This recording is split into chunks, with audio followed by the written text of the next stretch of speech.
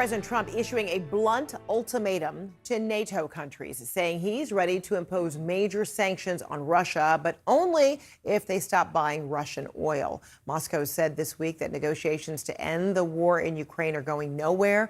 It also comes just days after Russian drones were shot down inside Polish airspace.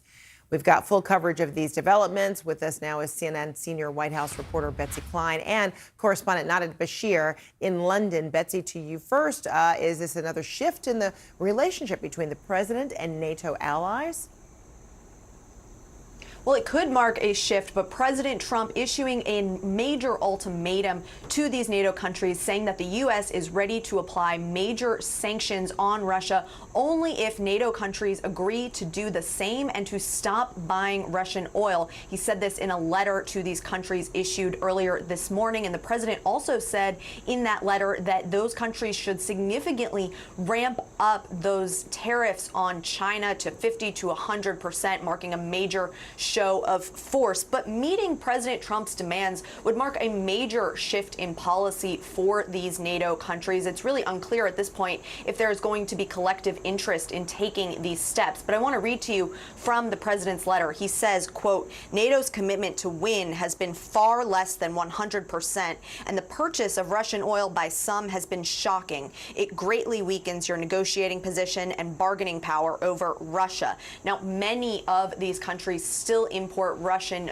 liquefied natural gas as well as fossil fuels. Turkey, which is a NATO member, is also a major importer of Russian oil. And this is also generally not how these countries approach the use of tariffs. So all of this setting up a major test for President Trump's influence. And it all comes as momentum toward ending Russia's war in Ukraine has significantly stalled in recent days. The president says that his patience with Russian President Vladimir Putin is running out and running out fast. And he was asked yesterday how he could put more pressure on Russia. Listen.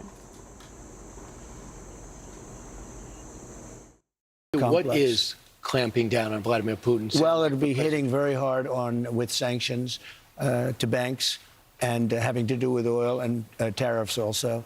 But I've already done it. I've done a lot. The president's latest demands risk prolonging this conflict, and time is a valuable commodity for Putin. It gives Russia the ability to make more gains on the battlefield and shore up control of some of those occupied areas. Frederica.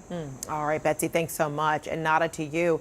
NATO countries have launched what they're calling Operation Eastern Sentry in reaction to Russia's incursion into Poland's airspace. Where do things stand?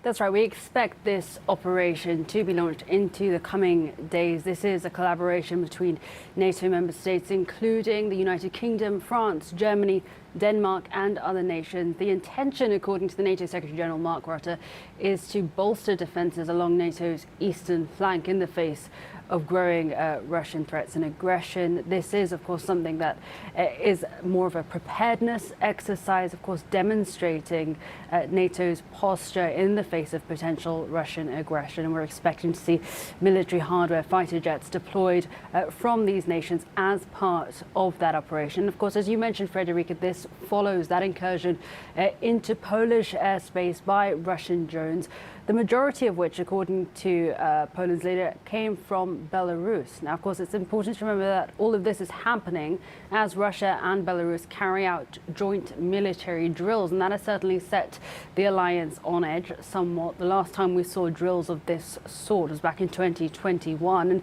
and some Western military officials have said that that served as a screen or pretext for Russia's eventual invasion of Ukraine in February 2022. Now, at this stage, it's looking like those military drills are at a much smaller scale than the previous drills. The vast majority of Russia's combat capabilities are tied up in the war in Ukraine, particularly in the eastern Donbass region at this current point in time. But there is certainly a feeling of NATO alliance members being on edge as we continue to see Russia bolstering its own defences and seemingly trying to show its military capabilities in the region. And of course, now we're hearing these remarks from the US president. Clearly, some mounting pressure there on NATO members to do more, particularly, as Betsy mentioned, as these ceasefire talks and negotiations appear to have stalled. Frederica. All right, Nada Bashir in London and Betsy Klein, thank you so much.